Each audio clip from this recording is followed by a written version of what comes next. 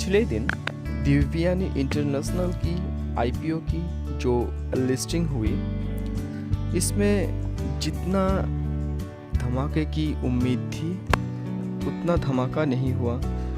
एक थोड़ा बहुत लिस्टिंग गेन देके दिव्यानी इंटरनेशनल जो केएफसी, कोस्टा कॉफ़ी और पिज़्ज़ा हट जैसी ब्रांड को रिप्रेजेंट करती है इंडिया में, वो लिस्टेड हुई।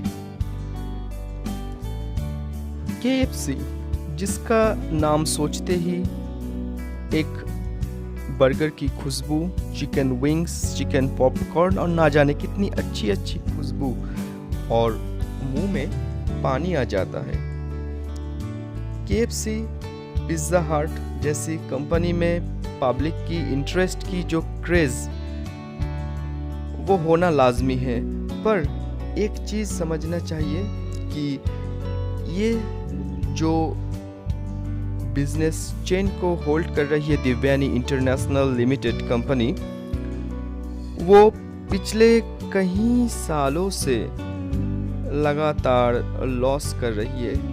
ये एक लॉस मेकिंग बिजनेस सेक्टर है, पर फिर भी इसका जो लिस्टिंग हुई है, उस लिस्टिंग में जो भी लिस्टिंग गेन मिला है वो सिर्फ मिला है ये सारे नामों की वजह से, केएफसी, पिज़्ज़ा हट, कोस्टा कॉफ़ी जैसे ब्रांड की वजह से। और पर आगे चल के ये दिव्यानी इंटरनेशनल की जो फ्यूचर ग्रोथ पोटेंशियल है वो कुछ खास नहीं दिख रहा है, और वो रातों रात ऐसा भी नहीं होगा कि अगले 1-2 सालों में लॉस मेकिंग कंपनी से एक प्रॉफिट मेकिंग कंपनी में कन्वर्ट हो जाए। ये भी इस सिचुएशन में, इस कोविड सिचुएशन में मुमकिन नहीं लगता। तो एक चीज़ तो समझना चाहिए कि जिन लोगों को इस दिव्यानी इंटरनेशनल की जो आईपीओ है मिला है, तो वो लोग अगर चाहे तो लॉन्ग टर्म जो प्रोस्पेक्ट्स है उसे छोड़कर लिस्टिंग गेन को पकड़कर अगर निकल जाए तो बेहतर है। और लॉन्ग टर्म प्रोस्पेक्ट्स के लिए अगर सोच रहे हैं तो अगले 5 साल भी उन्हें लग सकता है दिव्यानी इंटरनेशनल में प्रॉफिट की मुंह देखने में।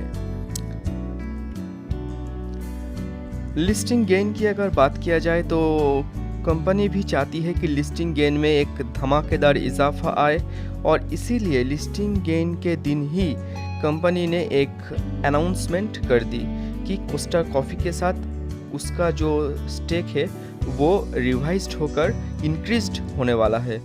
तो ये एक न्यूज़ ओबियसली मार्केट पर थोड़ा इन्फ्लुएंस क्रिएट करेगा, और मुझे लगता है कि ऐसी इन्फ्लुएंस की वजह से ही दिव्यानी इंटरनेशनल में थोड़ा बहुत लिस्टिंग गेन आया है। पर आगे चलकर ये एक लॉस मेकिंग कंपनी है, आप लोगों की पूरा पैसा डुबा भी सकता है।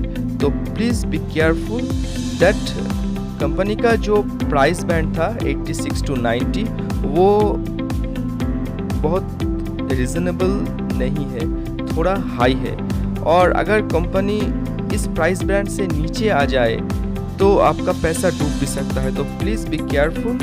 एंड दिव्यानी इंटरनेशनल में अब जो मुनाफा मिल रहा है वो लिस्टिंग गेन पकड़कर जो निकल जाना चाहता है वो निकल सकता है। आगे आप लोगों की खुद की डिसीजन है, ये मेरा एक सजेशन है। अगर आप लोगों को मेरा ये वीडियो अच्छा लगता है तो please like, share and subscribe my video. Thank you.